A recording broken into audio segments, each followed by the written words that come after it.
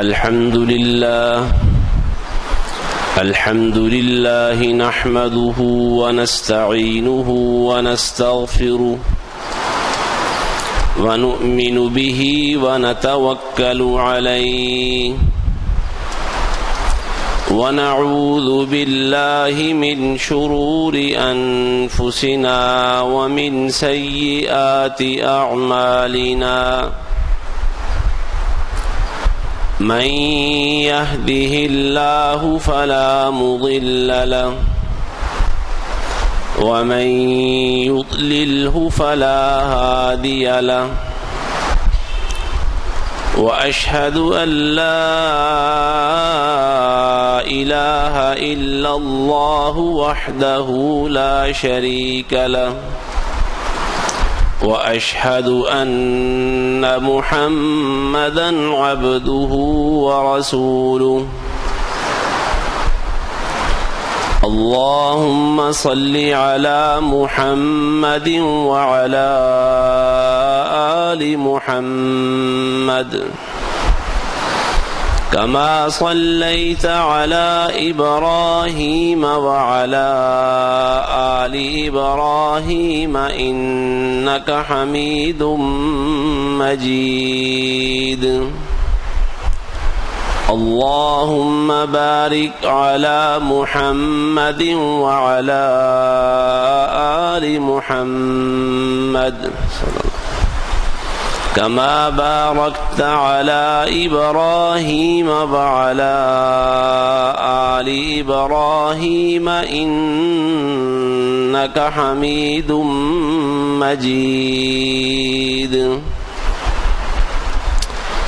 أما بعد فإن خير الحديث كتاب الله وخير الهدي هدي محمد صلى الله عليه وسلم وشر الأمور محدثاتها وكل محدثة بدعة وكل بدعة ضلالة وكل ضلالة في النار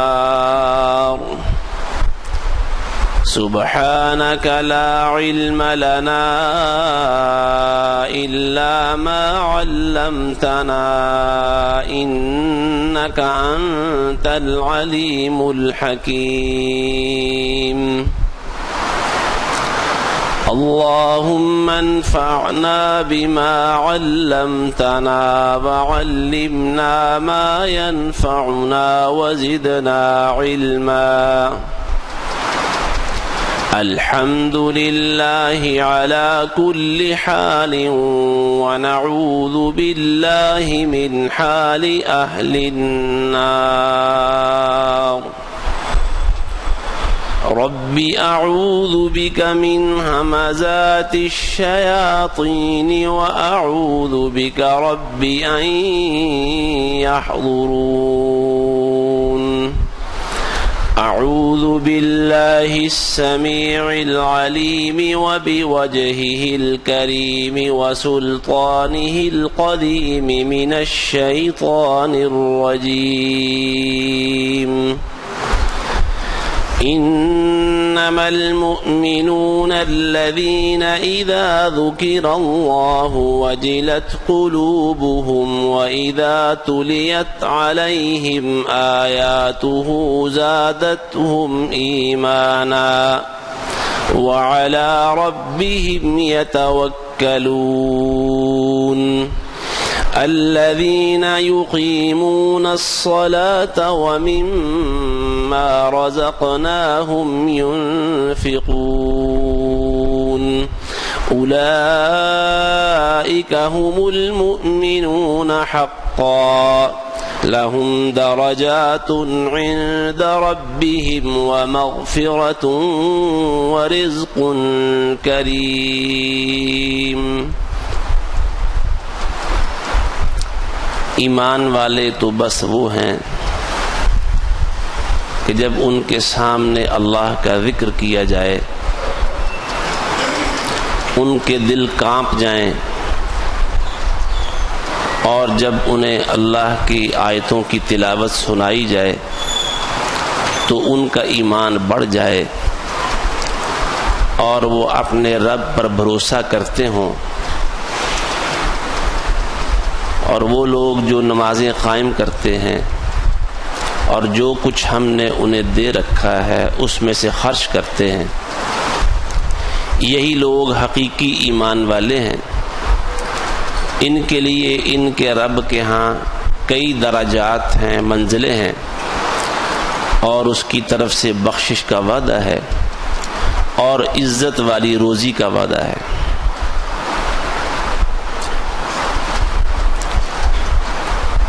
اللہ نے ایمان والوں پر رمضان کے روزے فرض کیے ہیں،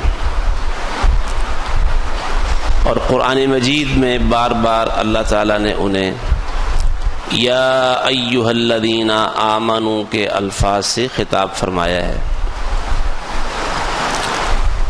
ہمیں ایمان سمجھنا چاہیے کہ ایمان کیا ہے اور اس کے تقاضے کیا ہیں۔ اللہ رب العزت کی وحدانیت، اس کے الہ ہونے، اس کے رب ہونے کا زبان سے اقرار کرنا، اس کے جتنے اچھے نام اور صفات ہیں ان کا بھی اپنی زبان سے سچا ہونے کا ایمان اور یقین کا اظہار کرنا، اللہ کے نبی محمد صلی اللہ علیہ وآلہ وسلم کی نبوت و رسالت کا اپنی زبان سے اقرار کرنا، یہ پہلا رکن ہے ایمان کا، کہ زبان سے اللہ تعالیٰ کی الوہیت، وحدانیت، ربوبیت، اللہ کے نبی محمد صلی اللہ علیہ وسلم کی نبوت و رسالت کا اقرار کرے، قرآن مجید کے بارے میں اپنی زبان سے اس بات کا اقرار کرے کہ یہ اللہ کا کلام ہے، اللہ نے یہ کتاب ہماری ہدایت کے لیے اتاری ہے۔ تو زبان سے پہلے نمبر پر اقرار کرنا ضروری ہے، پھر اس کے بعد اور اس کے ساتھ ہی دل سے بھی جو بات زبان سے کہی ہے اسے دل سے بھی سچا جانتا ہو۔ زبان سے نرا اقرار کر لینا کافی نہیں ہے، دل سے سچا بھی جانتا ہو۔ اگر زبان سے اقرار کرے اور دل سے سچا نہ جانے تو یہ ایسا ہی ایمان ہے جیسا منافقین کا ایمان تھا۔ منافق زبان سے اللہ کی وحدانیت کا اقرار کرتے تھے، لیکن ان کے دل اس کی تصدیق نہیں کرتے تھے، گواہی نہیں دیتے تھے، دلوں میں کوئی اور بات تھی۔ تو دل سے تصدیق کرنا بھی ضروری ہے، جو بات زبان پر ہے وہی دل میں موجود ہو۔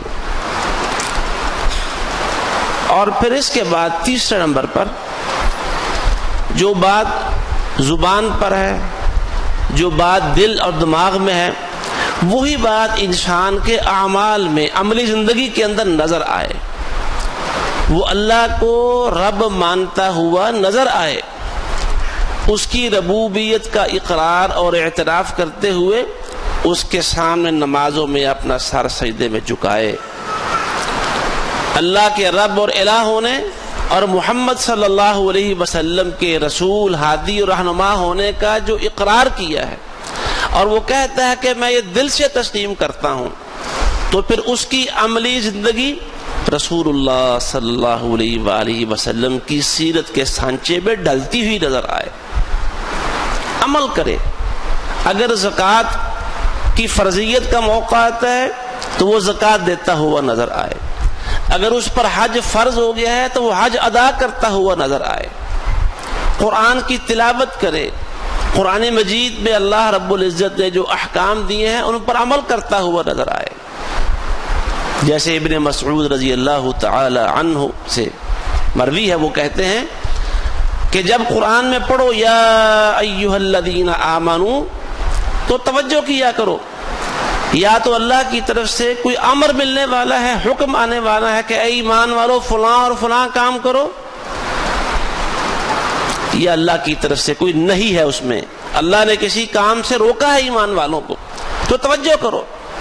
تو مومن آدمی اللہ کے اوامر اور اللہ کے نواہی، جن کاموں کا اللہ نے حکم دیا کہ کرو ان کی پابندی کرنے میں، اور جن کاموں سے اللہ نے منع کر دیا ہے کہ یہ نہیں کرو، ان کے قریب نہیں جانا، فواحش کے قریب نہ جاؤ، بدکاری کے قریب نہ جاؤ، مال یتیم کے قریب نہ جاؤ، حرام کمائی کے قریب نہ جاؤ، اللہ نے حرام کیا اور جن کاموں سے منع کیا ہے، مومن آدمی کی زندگی ان احکام کی پابندی میں گزرتی ہے۔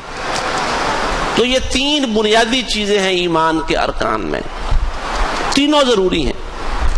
پہلے نمبر پر زبان سے اس بات کا اقرار اور اس بات کو تسلیم کرے کہ اللہ میرا الہ اور رب ہے، اس کا کوئی شریک نہیں، زمین آسمان اور پوری کائنات کا بس وہ اکیلا ہی الہ اور رب ہے،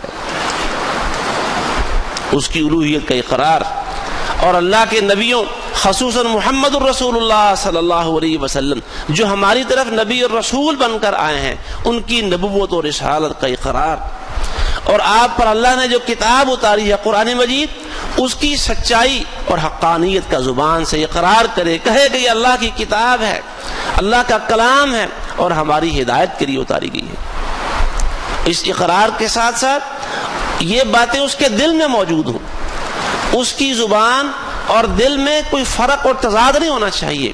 اگر یہ تضاد ہوگا تو یہ نفاق ہے، عقیدے کا نفاق ہے، ایمان کا نفاق ہے، اور ایسا ایمان اللہ کے ہاں قطعاً قابل قبول نہیں ہے۔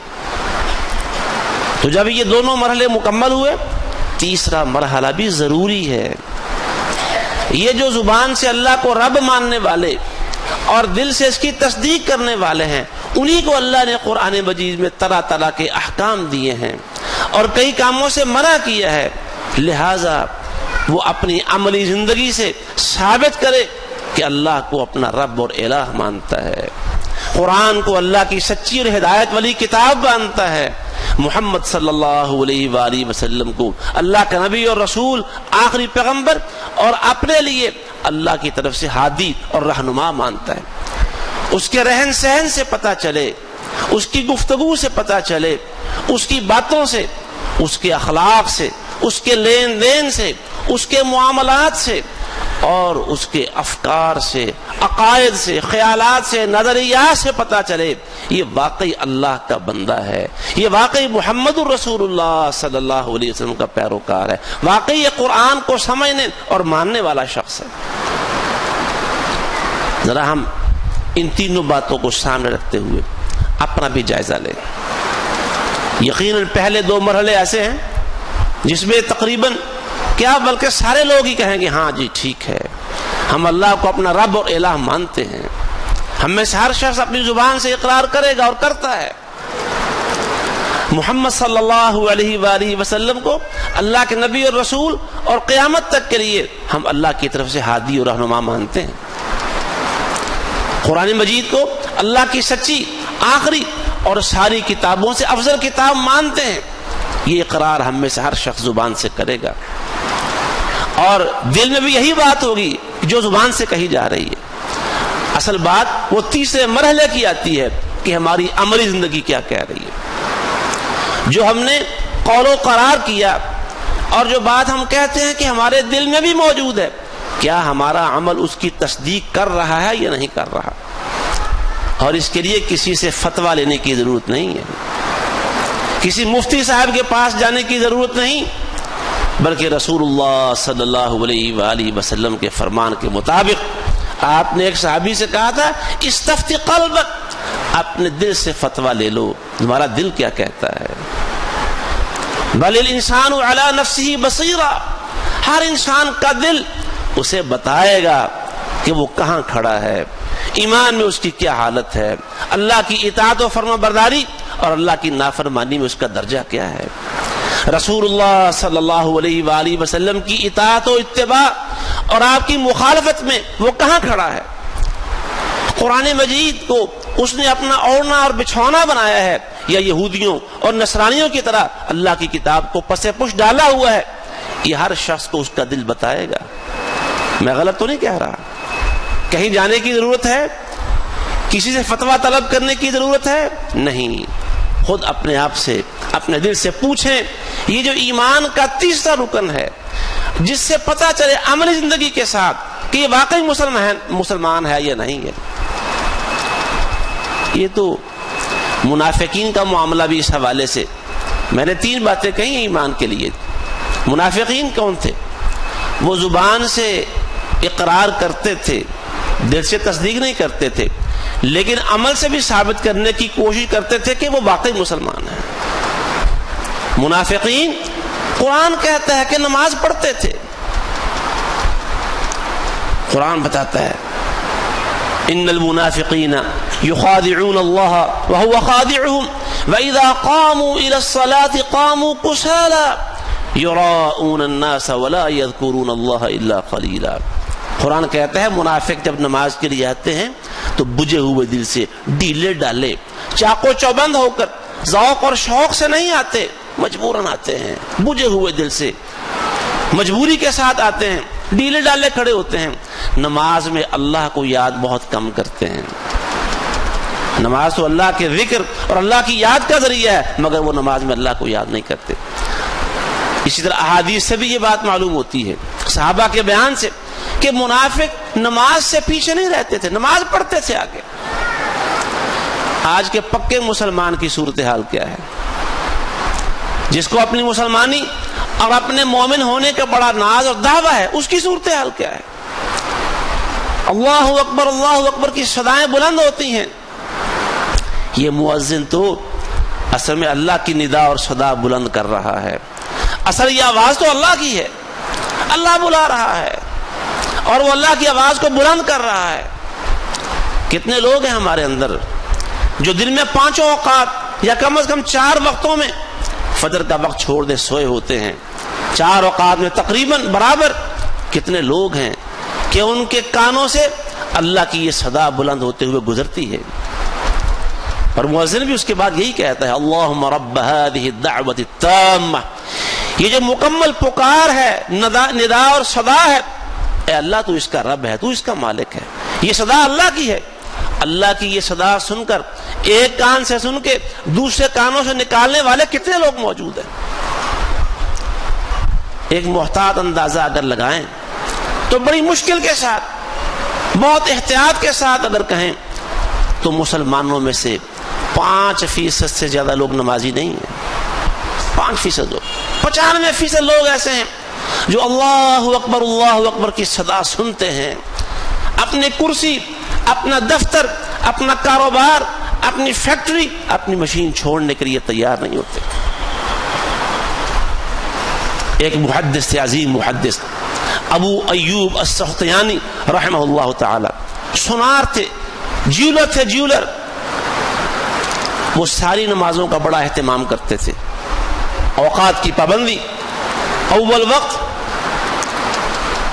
لیکن اللہ کے فرمان کے مطابق جو قرآن میں آیا ہے حافظوا علی الصلوات والصلاة الوسطى، ساری نمازوں کی خوب نگہداشت کیا کرو، خصوصی طور پر درمیانی نماز کی، عصر کی نماز کی. وہ کام کر رہے ہوتے، ہتھوڑی ہاتھ میں ہوتی، زیور بنا رہے ہوتے تھے. عصر کی نماز کے وقت مؤذن یہ صدا بلند کرتا اللہ اکبر اللہ اکبر. وہ ضرب لگانے کے جو ہتھوڑی اٹھائی ہوتی تھی، وہ ہتھوڑی ضرب لگانے کے نیچے لانے کی بجائے اسی وقت وہ ہتھوڑی ایک سائڈ پر رکھ دیتے تھے کہ اللہ نے عصر کی نماز کا زیادہ اور خصوصی اہتمام کرنے کا حکم دیتا.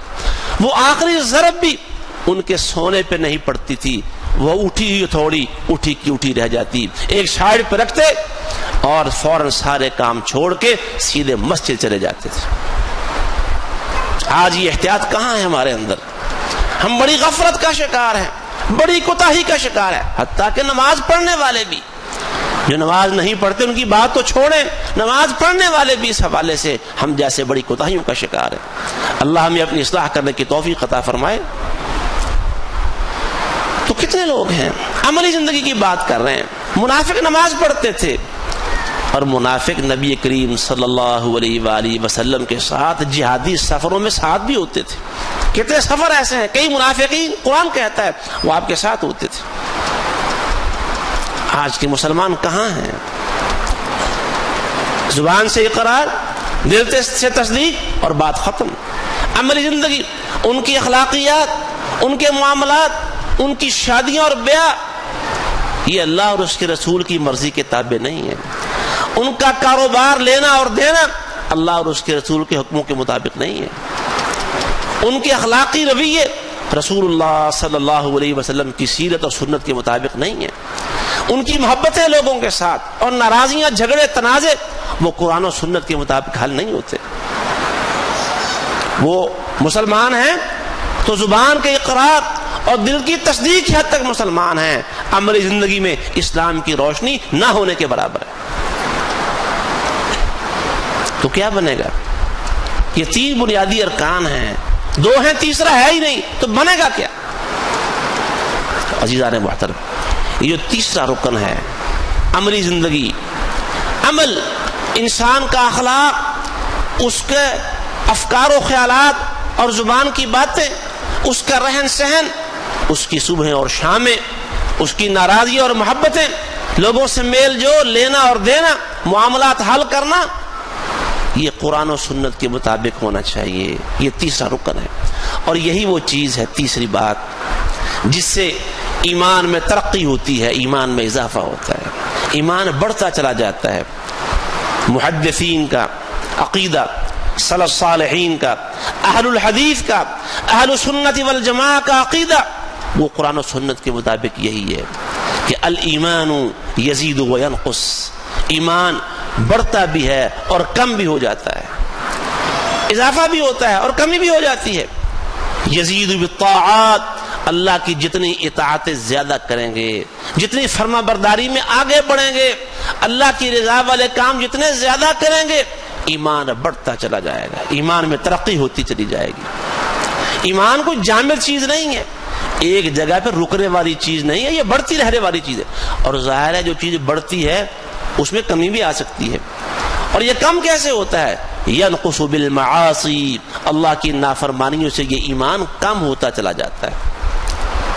اگر انسان اللہ کی نافرمانیوں سے ہاتھ نہ کھینچے، نافرمانیوں میں دلیر ہوتا چلا جائے، شیطان اور اس کا نفس اسے گناہوں سے لاپرواہ کر دے، تو وہ گناہ کرتے کرتے بالآخر کفر تک بھی جا پہنچے گا، اور ایک ایسے درجے میں، ایک ایسے دائرے میں داخل ہو جائے گا کہ وہاں داخل ہونے کے بعد وہ اسلام کے دائرے سے نکل ہی جائے گا.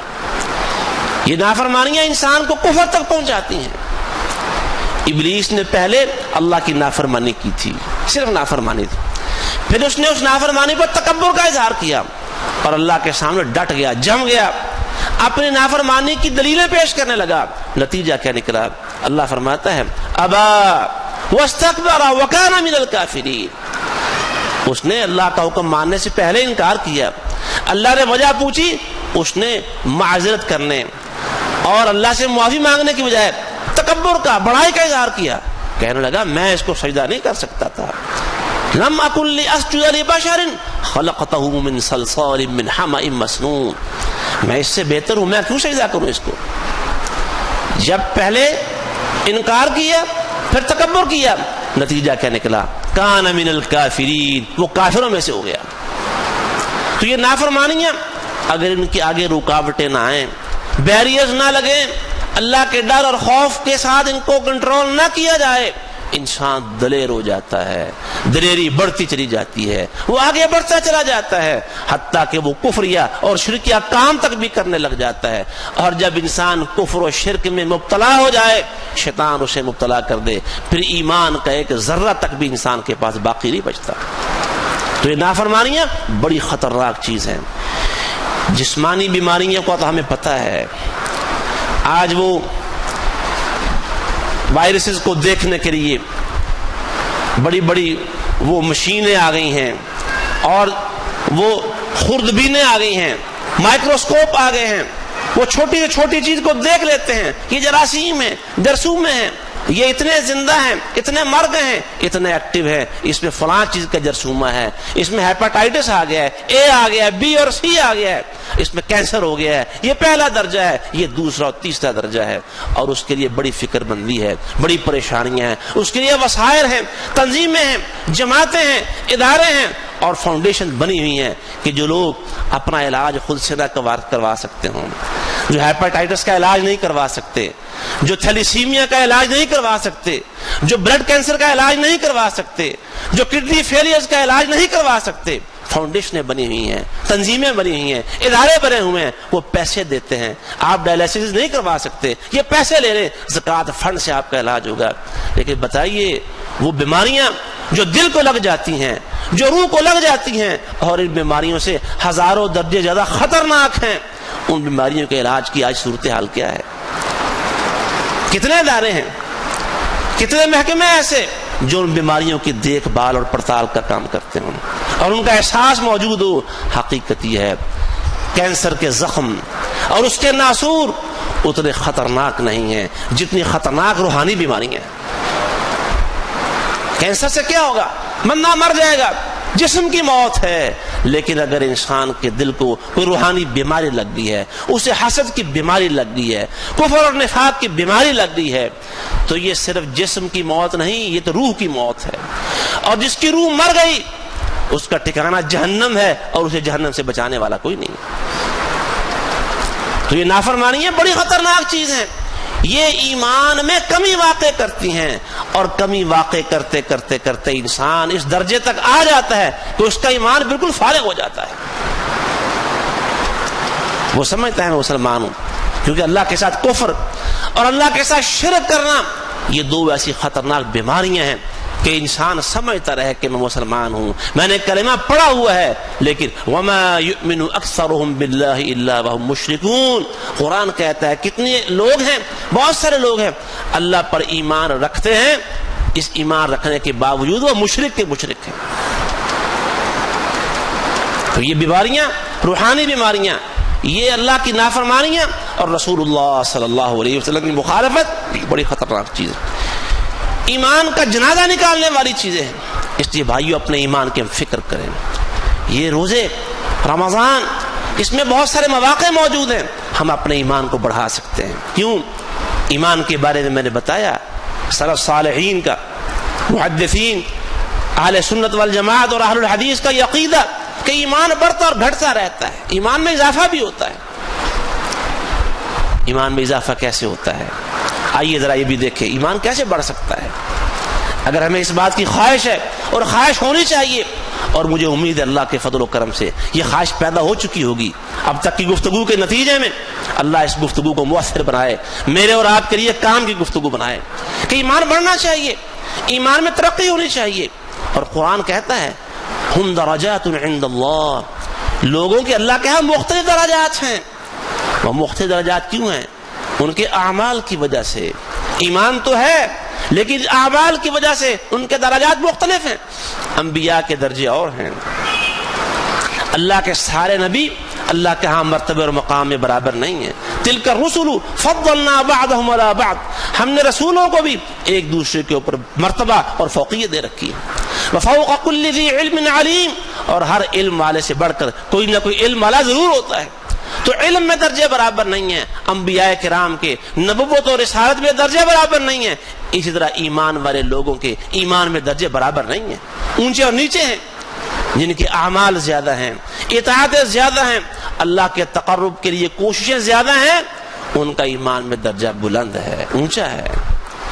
اور یہ درجہ اونچا اور بلند کیسے ہوتا ہے؟ اعمال صالحہ کے ساتھ ہوتا ہے. تو آئیے دو تین مراحل ایسے ہیں، ان کا ذکر کرتے ہیں اختصار کے ساتھ. اللہ کرے کہ انہیں اپنانے سے ہمارے ایمان میں ترقی اور اضافہ شروع ہو جائے. سب سے پہلی چیز علم ہے، علم شرعی جو انسان کے ایمان میں اضافے کا باعث ہو سکتا ہے. وہ علم، اس کی تفصیل کیا ہے؟ اللہ کی وحدانیت کا علم، اللہ کے جو نام ہیں اچھے اچھے، اسماء حسنہ، اور اللہ کی صفات ہے، صفات علیہ، بڑی اونچی اور شاندار صفات، صفات کمال، ان کا علم انسان کے ایمان میں اضافہ کرتا ہے. جو علم شریعت ہے، دین کا علم، اس سے انسان کے ایمان میں اضافہ ہوتا ہے. اور قرآن مجید میں اللہ یہ پوچھتا ہے، یہ دلیل کے بغیر بات نہیں، قرآن میں اس کی دلیل موجود ہے. اللہ فرماتا ہے قل هل يستوي الذين يعلمون والذين لا يعلمون، پوچھو کہ جو جانتے ہیں، علم والے ہیں، اور جن کے پاس علم نہیں، کیا یہ دونوں برابر ہو سکتے ہیں؟ سوال کا جواب کیا ہے؟ نہیں، برابر نہیں ہو سکتے. علم والے اور جن کے پاس علم نہیں، جو جہالت پر ہیں، دونوں برابر نہیں ہو سکتے. اور اللہ نے تو مثالیں دی ہیں قرآن میں کہ بتاؤ اندھا اور بینا برابر ہو سکتے ہیں؟ سننے والا اور بہرا برابر ہو سکتے ہیں؟ جو بات کر سکتا ہو اور جو گونگا ہے بات نہ کر سکتا ہو، دونوں برابر ہو سکتے ہیں؟ برابر نہیں ہو سکتے. اسی طرح علم والا اور جاہل برابر نہیں ہو سکتے. علم والے کی شان وہ جو علم سے کورا اور خالی ہے اس سے اونچی ہے. تو علم کی شان اونچی ہے. کتاب و سنت کا علم، اللہ کی اسماء و صفات کا علم، توحید کا علم، اللہ کی ربوبیت کا علم، اللہ کی الوہیت کا علم، یہ انسان کے مومن کے ایمان میں اضافے کا باعث بنتا ہے. جتنی اللہ کی صفات کی معرفت زیادہ ہوگی، اور اس کے لیے میں ایک چھوٹی سی کتاب بھی تجویز کروں گا. اللہ کے اسماء و صفات کا علم. اور حقیقت یہ ہے اللہ کے ناموں اور اللہ کی صفتوں کے علم سے انسان کے ایمان میں اضافہ ہوتا ہے، اللہ کا خوف بڑھتا ہے، اللہ کی محبت بڑھتی ہے، اللہ پر امید اور یقین بڑھتا ہے، اللہ تعالیٰ کے حکموں پر عمل کرنے کا شوق بڑھتا ہے. اللہ کی نافرمانی سے انسان ڈر جاتا ہے. کب؟ جب اللہ کے اسماء اور اللہ کے صفات کا علم انسان کو حاصل ہوتا ہے، اس سے آگاہی حاصل ہوتی ہے. وہ ایک حدیث بھی یہاں میں سناؤں جس میں رسول اللہ صلی اللہ علیہ وسلم نے فرمایا، سنن ترمذی میں حدیث ہے، اللہ کے 100 نام ہے ایک کم، جو ان کی گنتی کیا کرے گا اللہ اسے جنت میں داخل فرمائے گا. گنتی کرنے سے مراد ایک عام سادہ سا مفہوم یہ ہے کہ ان اسماء و صفات کا ایک ورد روزانہ ایک دفعہ انسان کر لے. اللہ کے اسماء و صفات روزانہ ایک دفعہ پڑھ لے، گنتی پوری ہو گئی. اور جب پڑھتا رہے گا تو بالآخر اللہ کے فضل و کرم سے وہ اسماء و صفات زبانی یاد ہو جائیں گے. جس کے ساتھ محبت و تعلق ہو اس کی صفات کا علم نہ ہو، یہ کیسے ہو سکتا ہے؟ تو میں ایک چھوٹی سی کتاب بتاتا ہوں. ایک کتاب چھوٹی سی، قاضی سید محمد سلیمان سلمان منصور پوری رحمت اللہ تعالی علیہ، ہمارے بر صغیر کے بہت بڑے چوٹی کے بلند پائے عالم تھے. ان کی ایک کتاب ہے شرح اسماء اللہ الحسنى، اللہ کے اسماء و صفات کی شرح.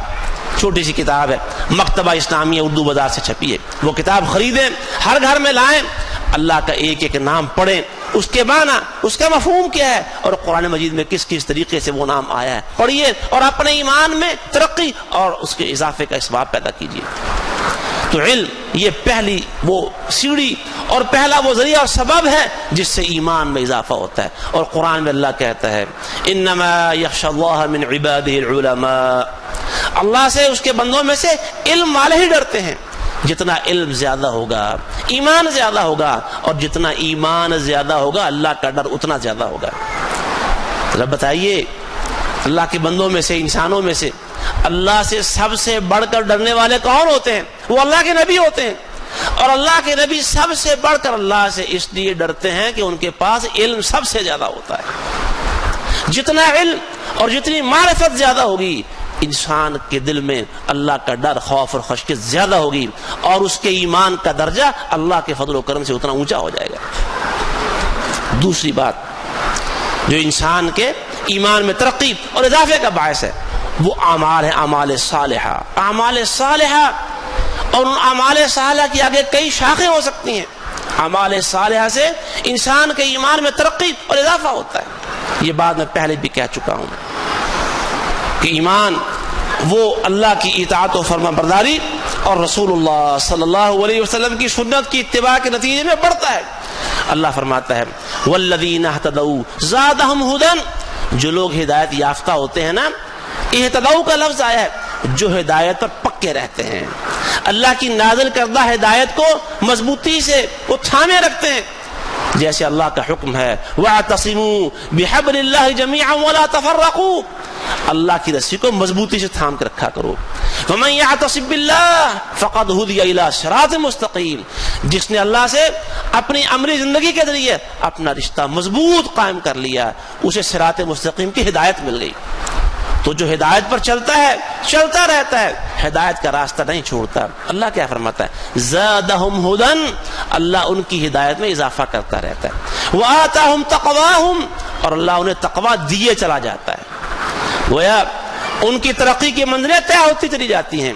صحیح بخاری کی ایک حدیث جس میں رسول اللہ صلی اللہ علیہ وسلم نے فرمایا، حدیث قدسی، راوی ہیں سیدنا ابو ہریرہ رضی اللہ تعالی عنہ، اللہ فرماتا ہے کہ مجھے اپنے بندے کے کاموں میں سے سب سے محبوب کام وہ ہیں جو میں نے اس پر فرض کیے ہوئے ہیں۔ فرائض کی پابندی اللہ کو سب سے زیادہ پسند ہے۔ نماز، روزہ، حج، زکوٰۃ، والدین کی اطاعت و فرما برداری، رشتہ داروں کے حقوق ادا کرنا، صلہ رحمی کرنا، ہمسایوں کا خیال رکھنا، جو واجبات اور فرائض ہیں ان کی پابندی، اور جو اللہ نے حرام کی ہوئی چیزیں ہیں ان سے اجتناب کرنا، یہ اللہ کو سب سے پسند ہے۔ اور پھر اس کے بعد فرمایا وَلَا يَزَالُ عَبْدِي يَتَقَرَّبُ إِلَيَّ بِالنَّوَافِلِ، فرائض کی پابندی کے بعد جب میرا بندہ نوافل میں بھی دلچسپی لیتا ہے، اہتمام کرتا ہے، نفلی نمازیں، نفلی روزے، نفلی صدقہ و خیرات، نفلی حج، عمرے اور دیگر نوافل کا اہتمام کرتا ہے، تو پھر کیا ہوتا ہے؟ وہ میرے قرب کی منزلیں طے کرنا شروع کر دیتا ہے۔ جیسے جیسے وہ یہ زیادہ پابندی کرتا ہے ویسے ویسے ہمارے قرب میں اور ہماری نزدیکی میں بلندی میں آگے سے آگے آتا چلا جاتا ہے، حتی احببتہ، حتیٰ کہ میں اسے اپنے محبوب بندوں میں شامل کر لیتا ہوں۔ تو فرائض کی پابندی کے بعد نوافل کے اہتمام سے اللہ کے قرب کی منزلیں طے ہوتی ہیں، جس سے یہ نتیجہ نکالا جا سکتا ہے کہ اعمال سے اعمال صالحہ، اللہ کی اطاعت و فرما برداری اہتمام کے ساتھ، اور اللہ کی نافرمانی سے اجتناب، رسول اللہ کی نافرمانی سے اجتناب، سنتوں کی پابندی، بدعات سے اجتناب کرنا، رسول اللہ کی سنت کی مخالفت سے اجتناب کرنا، یہ انسان کے ایمان میں اضافہ کرتا ہے۔ سنتیں بڑی بڑی ہیں، میرے دل میں ابھی اللہ نے ایک بات ڈالی ہے، میں آپ کے ساتھ شیئر کیے بغیر نہیں رہ سکتا، بڑی بڑی سنتیں ہیں اور ان کے اوپر عمل کرنا ہماری عین سعادت ہوگی، لیکن ایک سنت جو دیکھنے سے پتہ چلے یہ محب ہے رسول اللہ صلی اللہ علیہ وسلم، دیکھنے سے پتہ چلے، چہرے مورے سے پتہ چلے، اپنی حجامت سے اور اپنی کٹنگ سے پتہ چلے یہ محب ہے رسول اللہ صلی اللہ علیہ وسلم، یہ داڑھی ہے رسول اللہ صلی اللہ علیہ وسلم، عظیم سنت ہے، بڑی عظیم سنت، اس کے فوائد کیا کیا ہیں اور اسے موڑنے کے نقصانات کیا کیا ہیں یہ آج کا موضوع نہیں ہے، اللہ نے توفیق دی تو کبھی بیان کروں گا۔ یہ یقیناً میں اس بات کا پورے یقین، اعتماد اور وثوق سے کہتا ہوں، ممبر رسول پہ کھڑے ہو کے ذمہ داری سے یہ بات کہتا ہوں، یہ وہ بات ہے اور ہر بات جو اس ممبر پہ کہی جاتی ہے اللہ نے اس کا سوال کرنا ہے۔ میں یہ کہتا ہوں داڑھی ایک ایسی عظیم سنت ہے رسول اللہ صلی اللہ علیہ وسلم جو انسان کے ایمان میں، تقوی میں، پرہیزگاری میں اور اللہ کے قرب میں بے پناہ اضافہ کرنے والی ہے۔ یہ معمولی نہیں بات جسے مڑائے چلے جا رہے ہیں، مڑائے چلے جا رہے ہیں، مڑائے چلے جا رہے ہیں، یہ نافرمانی معمولی نافرمانی نہیں ہے۔ تو سنتوں سے پیار اور محبت یہ ایمان میں اضافے کا باعث ہے۔ دو باتیں ہو گئیں، اور اسی کے ضمن میں یہ بات بھی دیکھ رہے اعمال کی قسمیں شکلیں ہیں، قرآن کی تلاوت بھی ایک عمل ہے، اللہ کا ذکر بھی ایک عمل ہے، تلاوت قرآن اور ذکر اللہ سے ایمان میں اضافہ ہوتا ہے۔ خطبے میں جو آیت پڑھی تھی سورہ انفال کی دوسری تیسری چوتھی آیات، اس میں یہی بات ہے، انما المؤمنون الذین اذا ذکر اللہ وجلت قلوبہم، ایمان والے تو ہوتے ہی وہ ہیں جب ان کے سامنے ان کے رب کا ذکر کیا جائے، ان کے دلوں میں اس کا خوف طاری ہو جائے، وہ کانپنے لگ جائے، لرز جائے اللہ کے ذکر کی وجہ سے، اللہ کے روب، ہیبت اور جلال سے کانپ اٹھیں۔ اور پھر فرمایا وَإِذَا تُلِيَتْ عَلَيْهِمْ آيَاتُهُ زَادَتْهُمْ ایمانا، جب ان کو اللہ کی آیتیں پڑھ کے سنائی جائیں تو ان کا ایمان بڑھ جائے۔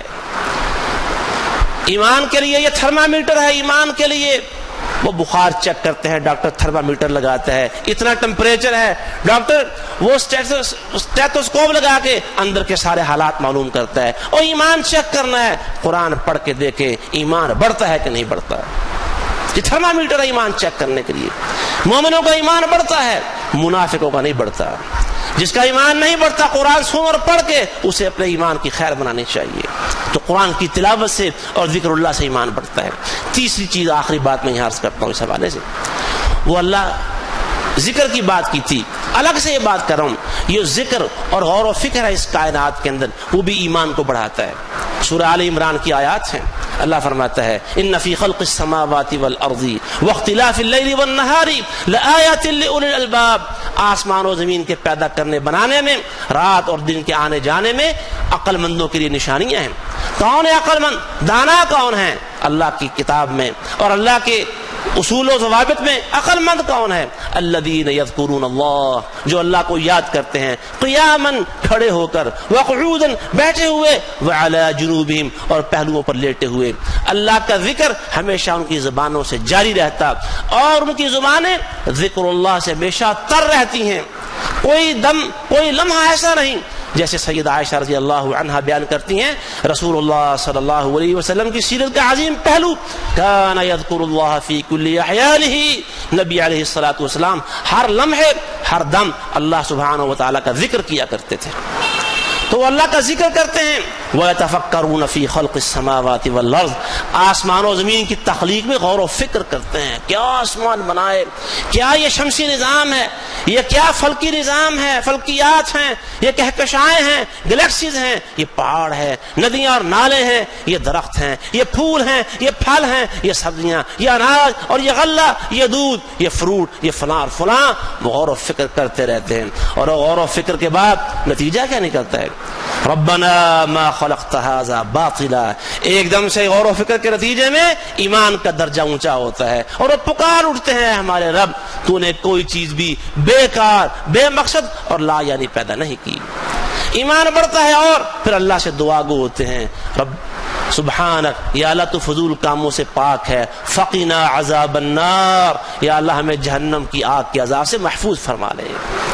یہ ایمان میں اضافہ ہوا تو یہ تین کاموں کو لازم پکڑ لیں۔ پہلے نمبر پر علم، دین کا علم، اللہ کی توحید اور اللہ کے اسماء و صفات کا علم، اس میں اضافہ کریں، اپنے علم میں اضافہ کریں۔ علم والے لوگ وہ جاہلوں کے برابر نہیں ہو سکتے۔ اور دوسری بات، اپنے اعمال کو درست کریں قرآن و سنت کے مطابق، اللہ کے حلال اور حرام اس کی پہچان کریں۔ یہ اعمال صالحہ انسان کے اعمال میں، اس کے ایمان میں اضافہ کرتے ہیں، اور نافرمانیاں ایمان میں کمی واقع کرتی ہیں۔ اور تیسرے نمبر پر اس کے دوران وہ تلاوت قرآن اور ذکر اللہ کی بات بھی کی، تو یہ ذکر اللہ اور آسمان و زمین کی تقریب پر غور کرنے سے بھی انسان کے ایمان میں اضافہ ہوتا ہے۔ اللہ ہمیں اس کی توفیق عطا فرمائے، ایمان کی حفاظت کرنے والوں میں اور اس میں ترقی کے اسباب حاصل کرنے والوں میں شامل فرمائے۔ وآخر دعوانا ان الحمد للہ رب العالمین۔